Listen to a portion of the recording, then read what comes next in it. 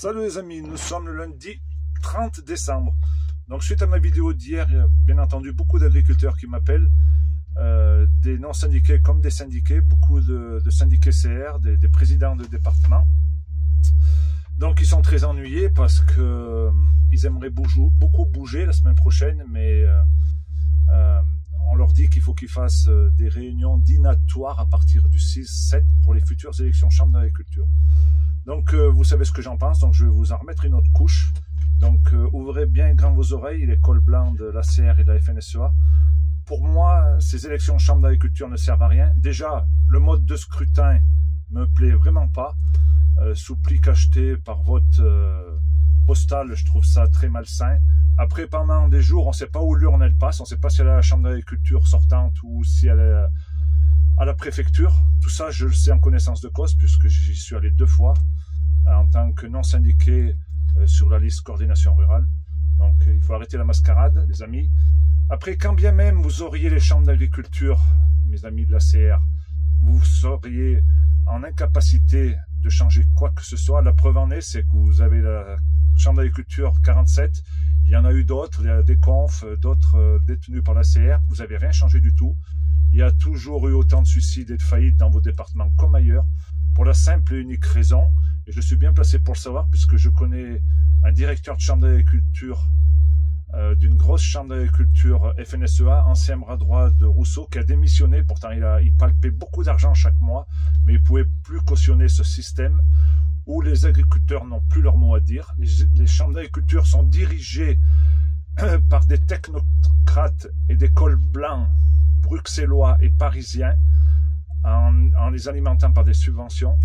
Ces chambres d'agriculture, il y a beaucoup de techniciens qui se contredisent entre eux. Pour ma part, pour avoir fait une formation sur la méthanisation en 2018, où un technicien m'avait fait toute l'apologie de la méthanisation, et où quelques semaines plus tard, j'avais fait une formation, le certifito, payable. Donc déjà, tout est payable dans ces chambres d'agriculture, donc ça sert à rien, autant que ce soit des privés. Et ces 2 techniciens s'étaient contredits. Il y en avait un qui était pour la méthanisation et l'autre qui était franchement contre, parce que ça tuait la vie du sol. Et puis tous ces techniciens, ils nous font bien rire, mais souvent ils n'ont pas été capables d'être agriculteurs. Donc je ne vois pas comment ils pourraient nous apprendre à travailler sur nos exploitations. Après, je trouve qu'ils sont bien trop nombreux, parce que nous les paysans, on est de moins en moins nombreux, et eux ils sont toujours de plus en plus nombreux dans ces chambres d'agriculture, donc ça ne sert à rien. Je vais vous dire véritablement pourquoi ils vont aux élections chambre d'agriculture, tous ces syndicats.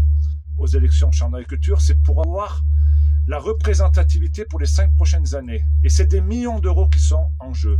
Pour le premier, aux alentours de 15 millions d'euros, et les autres, c'est 3-4 millions d'euros chaque année. Donc cet argent, il sert à quoi?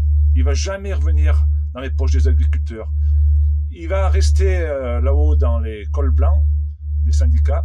Il va leur permettre de faire des salons qui pour moi ne servent rien plus. Ces salons de l'agriculture ne servent à rien, puisque on va faire la promotion de nos produits agricoles que nos consommateurs ne consomment plus, puisqu'ils consomment des produits avariés importés, et où nos productions souvent sont exportées vers des pays comme la Chine qui ont plus d'argent. Donc à quoi ça sert de faire des salons et de financer à coups de millions d'euros des syndicats? À rien. Ça coûte un pognon de monstre, ces chambres d'agriculture, parce qu'ils sont très très bien payés, tous ces directeurs, tous ces sous-directeurs, tous ces présidents de chambre. Donc je conseillerais plutôt que tout cet argent-là, qui va servir à l'organisation des chambres d'agriculture, qui va servir à payer tout ce monde et tous ces syndicats pendant 5 ans, qu'on fasse une cagnotte pour les agriculteurs en difficulté. Et je pense que c'est comme ça qu'on sauvera l'agriculture française.